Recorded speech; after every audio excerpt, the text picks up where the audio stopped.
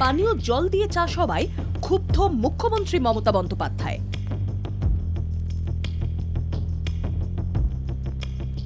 আর নয় পানীয় জলের অপচয়, আমাদের জন্যই জল নষ্ট করার ঝোঁক বন্ধ করতে হবে।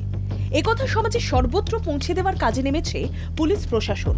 যেখানে পানীয় জল অন্য কাজে ব্যবহার করা হচ্ছে সেই সব এলাকা চিহ্নিত করে অ্যাকশন নেওয়ার কাজ পুরোদস্তুর শুরু করে দিল আইনের রক্ষকরা।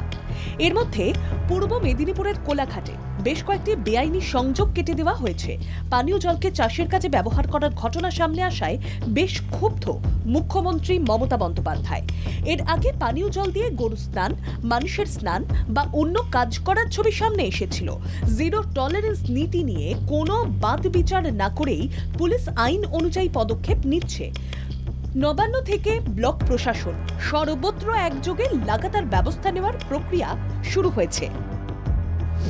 মুখ্যমন্ত্রীর নির্দেশ মতো পানীয় জলের অপচয় রুখতে কড়া অ্যাকশনে প্রশাসন। ৭০টি অভিযোগ মেলার পর যুদ্ধকালীন তৎপরতায় কঠোর পদক্ষেপ গ্রহণ। ২২ জেলায় ৩,২৮৯টি জায়গা চিহ্নিত করল পুলিশ। জনস্বাস্থ্য কারিগরি দফতরের কথা মতো স্পটে গিয়ে অ্যাকশনে পুলিশ। একদিকে পানীয় জলের কষ্ট লাঘব করার প্রয়াস নিয়েছে বাংলার সরকার।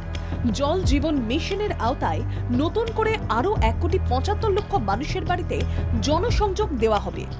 উল্লেখ্য, গ্রামের ৭৫% এলাকায় এবং শহরের ৭৪% এলাকায় পানীয় জল পৌঁছে গেছে।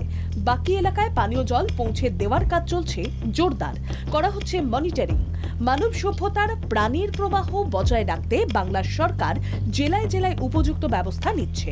জল নিয়ে বিশ্বযুদ্ধ যাতে না বাধে তার জন্য রাজ্য সরকার এখন থেকেই যে সংবেদনশীল ভূমিকা নিচ্ছে তা আসলে জল জীবন মিশনের কাজকে সার্থক রূপ দেবে বলে আশা অনেকের। প্রশাসনের একটাই কথা, আগামী প্রজন্মের তৃষ্ণা মেটাতে পানীয় জল বাঁচাতে হবে। প্রয়োজন ছাড়া জল খরচ করা যাবে না।